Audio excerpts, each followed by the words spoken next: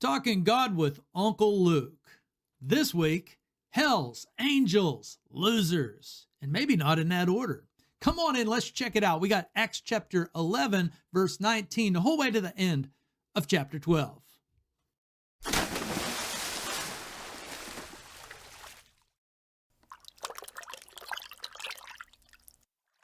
All the bubbas of the world, we got one mission in mind.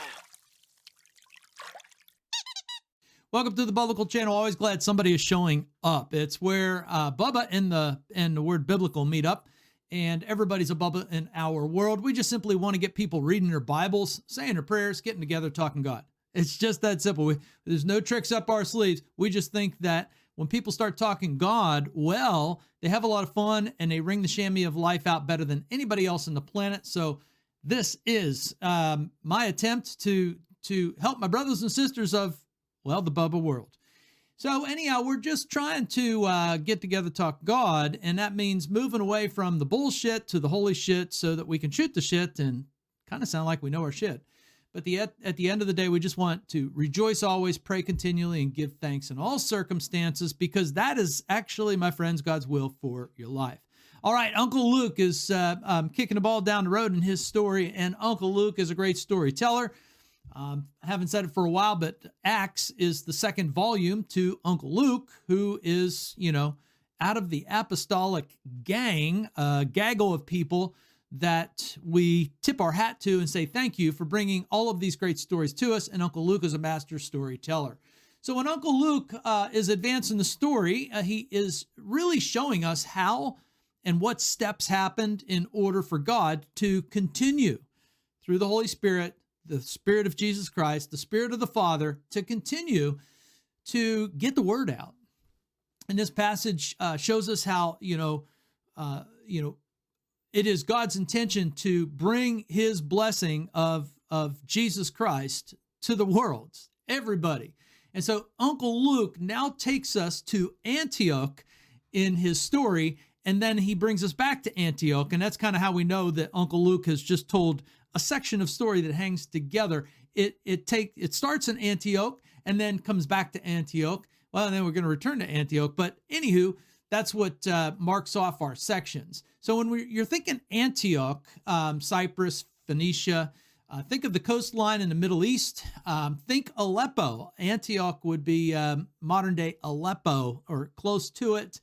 That Syria-Turkey border that's been so controversial. If any of you watch some of the modern day battles that have taken place. Some movies have actually been made about some of those battles and events happening in Aleppo. And, it is a crazy place. But yeah, think Syria and Turkey. That's where our story is taking place. And I think that's just a great reminder just to say that Christianity is the original Middle Eastern religion. Well, that's not true, because the Jews were the original true Middle Eastern religion that really took off and still are here today. So anybody else that comes after that is kind of, relying, and I won't name names. I'm just saying, those who come after Christianity, i.e. other people saying they're prophets, that kind of thing, they can't, they have no historical reach backwards. They're totally dependent on the Jews and the Christians for, where they start in their material, and then they mess it all up. And that's what we're trying to do. We're just trying to get the story right, baby. But the story takes place in what we call the most controversial area of the world, the Middle East. That is Christianity. People who say that Christianity is a white man's religion, those are the dumbest people on the planet. Christianity, I guess you call it brown people, olive-skinned people. I don't know. Sounds dumb to me when you start talking about it. But that's where our storyline has taken place.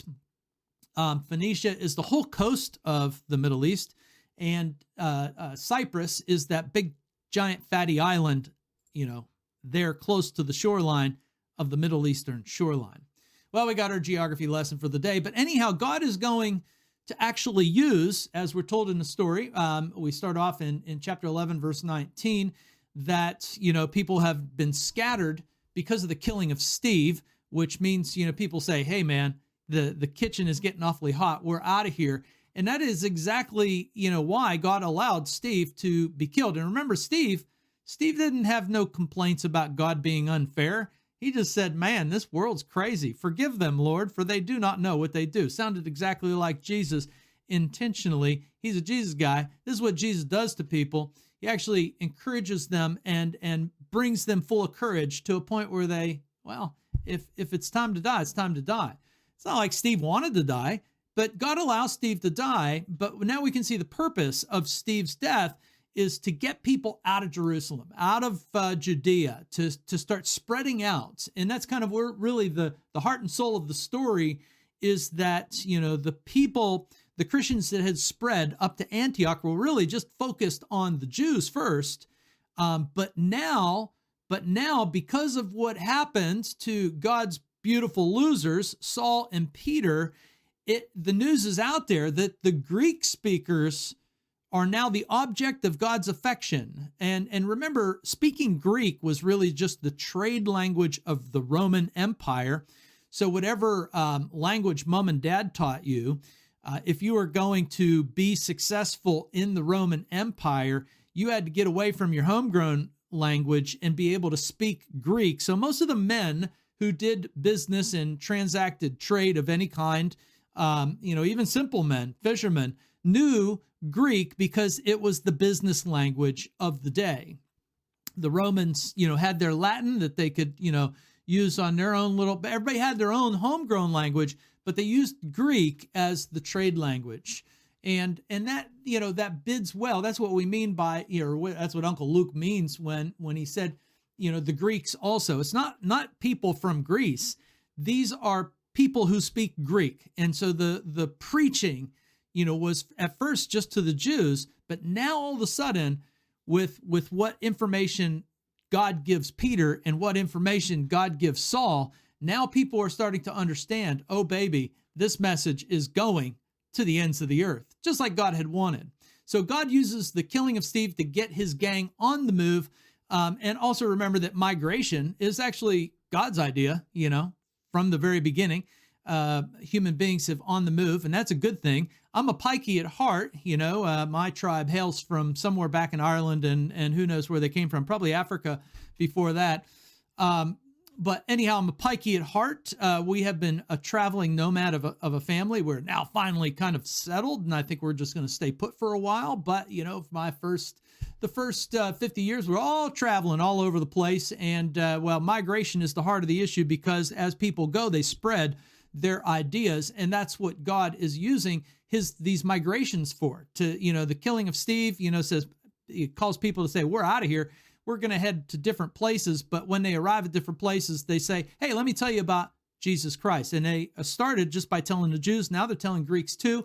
And so anyhow, this is kind of, this is what Uncle Luke is doing. He's showing this is how God, continued to pull the reins. And he's now going to use his two losers.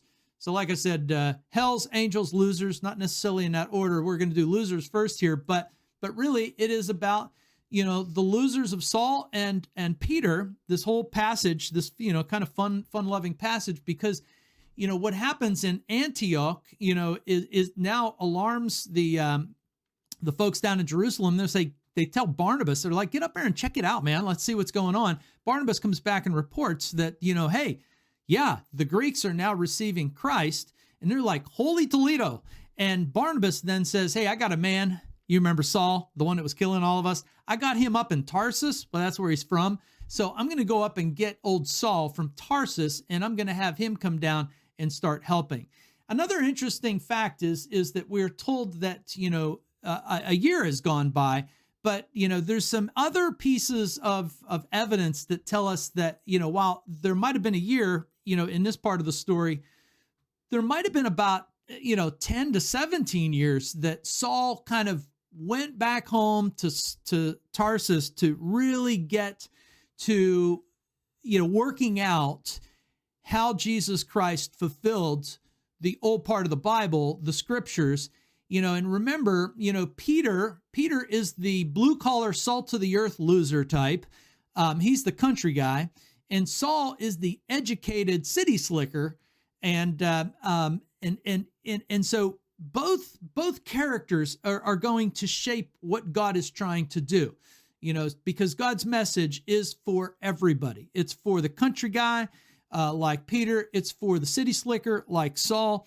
And Saul is super educated, but now he has to put together, what he thought was impossible, and that is that Jesus Christ fulfills the Old Testament. Now he knows that he does, and now he's going to go back and reread the whole Old Testament, and it seems like he spent a lot of time. This is the place where Barnabas says, hey, I'm going to go get Saul, and I'm going to get him involved in speaking to the Greeks, because God said specifically to Saul, I am choosing you so that we can get this message out to the Gentiles. He also picked Peter. That whole episode with Peter last week was about getting Peter to understand that the message of Jesus Christ has to get to the Gentiles. Okay, well, that kind of, Uncle Luke's just telling a great story, telling us how things actually happened in actual history. And that's the other thing about Christianity, is that the scene and the setting and the storyline all takes place in reality, a reality that we know is a reality. And it's a very consistent reality with other people's realities. This is no story that's just born out of somebody's creativity like Harry Potter. No, this is a story that is born out of reality. And it brings us to a place where we've got to decide, do we trust this reality, or are we trusting some different reality? That's really what it comes down to. At the end of it all, I just don't think Peter, James, John, the mother of Jesus, I don't think they were BSing us. I don't think they were pulling our chain. I think they told us exactly how it went. One of the things that I love about it is that they don't pump themselves out. They allow themselves to be seen by us and understood by us exactly how they were. Losers. Saul was a loser because he was persecuting, the church, and he was murderous. Peter is just an average guy bumbling through all of this, and he's, and he is always our first love, especially if you're a country guy like me. And Peter and Saul just remind me of that Hank Williams Jr. song, Country Boy Can't Survive, because Country Boy Can't Survive is about, a country guy that has a friend in the city, and his friend in the city is killed by a mugger, and that's frustrating. No, I guess the song's about more than that, but it's the reality that country and city can come together and work together, especially under the banner of Christ. Well, anyhow, the scene kind of ends here in Acts chapter 11, verse 27, with a guy coming onto the scene, and he said, "There's a big drought coming. I got word. This is a genuine future-telling kind of thing, that there's a big drought coming."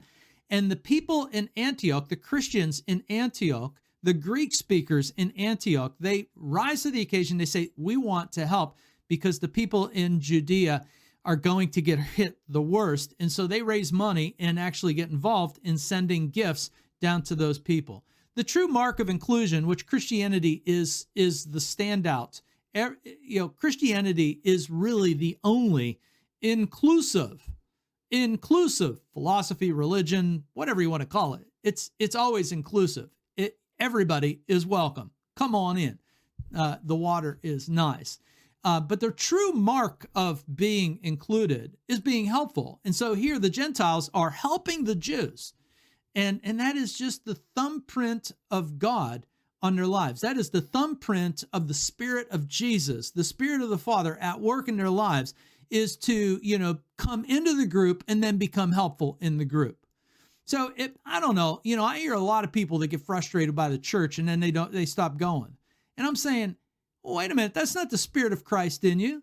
The Spirit of Christ in you is to figure out how to make things better, not to, you know what I'm trying to say. Anyhow, the scene moves on. Let's move on. And because Uncle Luke is going to move us on, and we're going to move from the losers to the hells.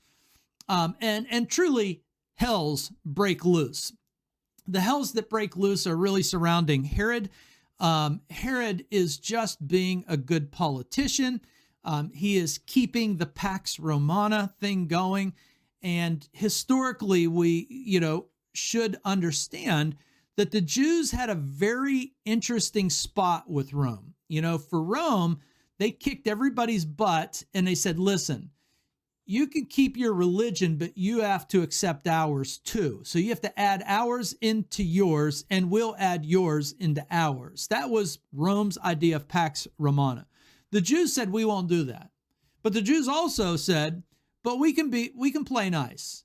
And oddly enough, Rome went along with that. They gave the Jews the exclusive right to not include the Roman religion in theirs and to keep theirs exclusively. Okay. So the Jews had become extremely politically minded. Jesus is the one who was the thorn in their side initially, and Christianity is just going to continue to be a thorn in the Jews' side because the Jews are mindful at this point, especially Jews like Herod. He's a politician and he's just doing what politicians do. They're keeping the peace, and they don't care who's right or wrong, and they don't care about religion. They just want to keep their spot with Rome. And so Herod sees that the Christians are disrupting the peace, so to speak, in the Jewish communities. And if the peace in the Jewish community starts getting disrupted too much, well, then that is not going to go well with, their relation, Herod's relationship with Rome. So Herod just tries to get control of the situation, and he kills one of the good guys. He kills, one of the sons of thunder, for Pete's sakes. Well, not for Pete's sakes, but he kills one of the sons of thunder, James, brother of John, that guy. Well, he had James put to death.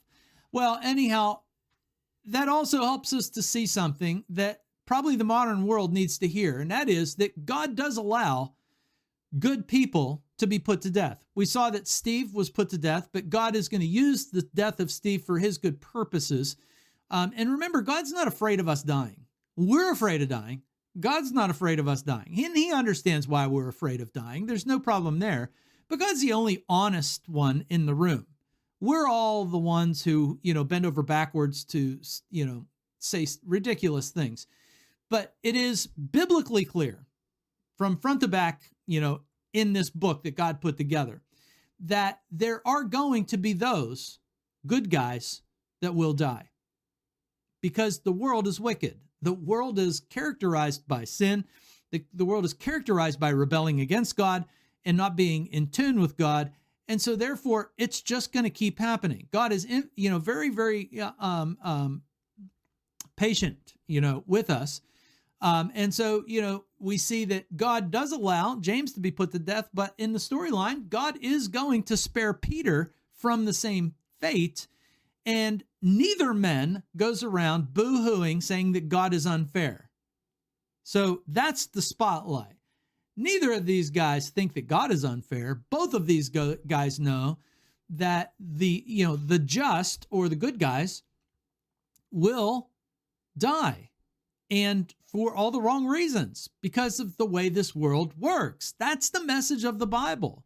God is being incredibly honest. The rest of the world is just being a bunch of bullshitters. And we got to get away from the bullshit to the holy shit so that we can know our shit. And how that goes.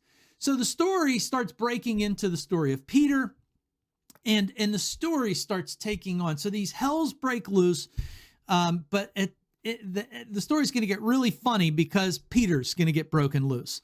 And when Peter gets broken loose, he gets broken loose because an angel comes onto the scene. And so now we're ready to talk angels.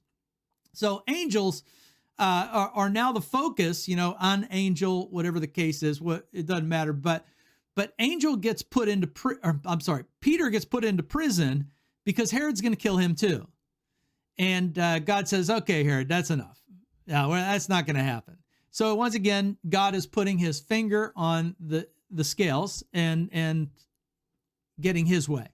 And anytime God wants to do that, he'll do that.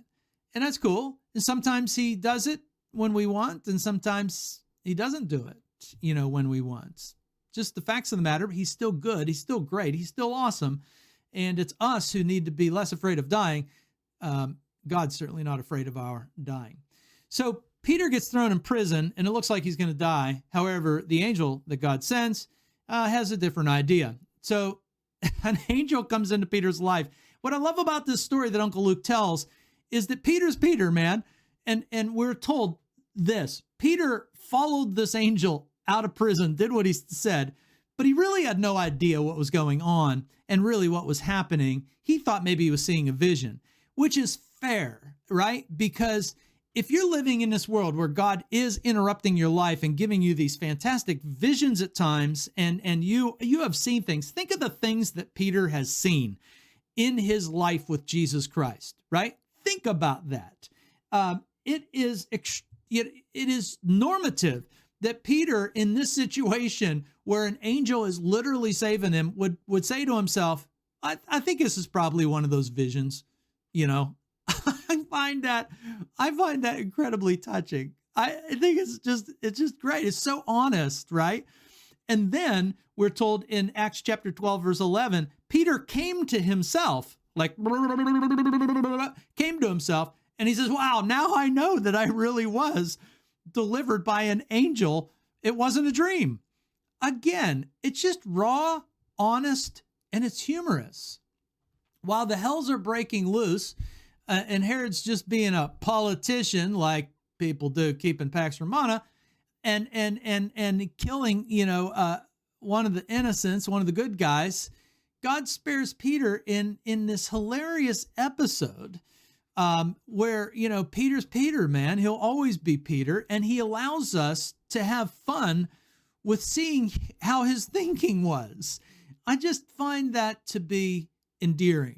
That warms me in, that sucks me in and tells me, that Peter's not full of himself. He allows me to see that, at every step of the way, he was, always just an average guy, an average loser. And so, well, it's just fun. So anyhow, Peter escapes, and then the story gets even funner. And once, again, I remind everybody, humor is on every page of the Bible if you have a sense of humor and if you read it right. If you don't have a sense of humor and you don't read the Bible right, you'll rarely come away with the humor that the Bible gives us at every twist and every turn. So now Peter, kind of stumbles his way, to Mary, the mother of John, also called Mark. And so this is going to introduce another John into the scene. John Mark is what we call him. He'll later become a traveling companion with Saul, and then they'll get in a little spat, and he'll go off with Barnabas. But anyhow, this kind of brings John Mark into the storyline. Peter stumbles his way to Mary, who is the mother of John Mark, and he's standing outside the door, and the scene is just absolutely funny because, they're inside praying for Peter. Peter ends up on the outside of the door, knocking, saying, hey, it's Peter. And then the girl who comes out, Rhoda, the servant Rhoda comes out to the door, and she hears Peter's voice, and she's like, it can't be Peter. So she leaves Peter knocking at the door and goes running back to tell the others, there's some guy named Peter out front, and then they open the door. Peter's like, what the heck took you so long, man? And they're just, it's just, I don't know how you can get any funnier than that. That is the substance of a life funny story, right? There's Peter standing outside saying, please let me in. They're praying that Peter would be released from prison, but they don't believe it's Peter outside. Oh, come on, man. Get a sense of humor. This is good stuff. And God gives us the good stuff. And that's why we're here at the Biblical Channel, Well, anyhow, the scene here kind of ends with somebody's getting frustrated because Herod's on the search for Peter and he can't find him. And so he puts the guards who are in charge of Peter to death. Don't worry about those guards. God is fair. He's good. When you meet your maker, you just came to the best God and the only God that there is. So anyhow, we don't have to be concerned about those guards. But now the scene shifts towards this Herod. And Herod is going to get his due. Herod just pushes the envelope too much here. And so we hear that Herod, is now kind of on a quest to, kind of settle the area that is now starting to rile up a little bit.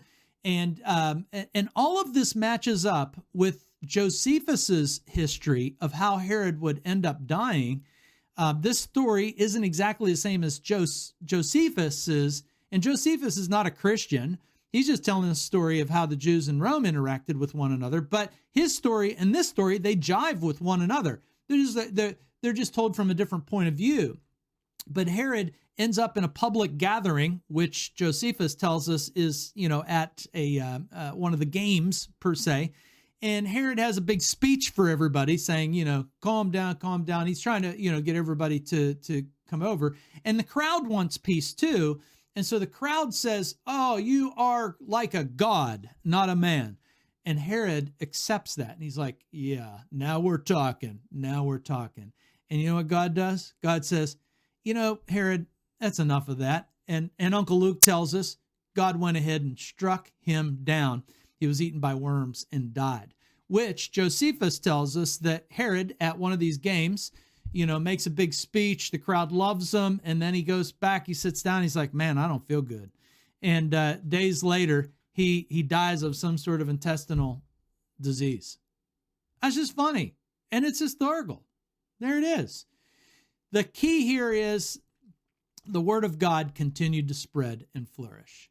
The beat goes on. God's beat is going on. The word is getting out. The Gentiles, the Jews, the gospel is getting out to the ends of the earth.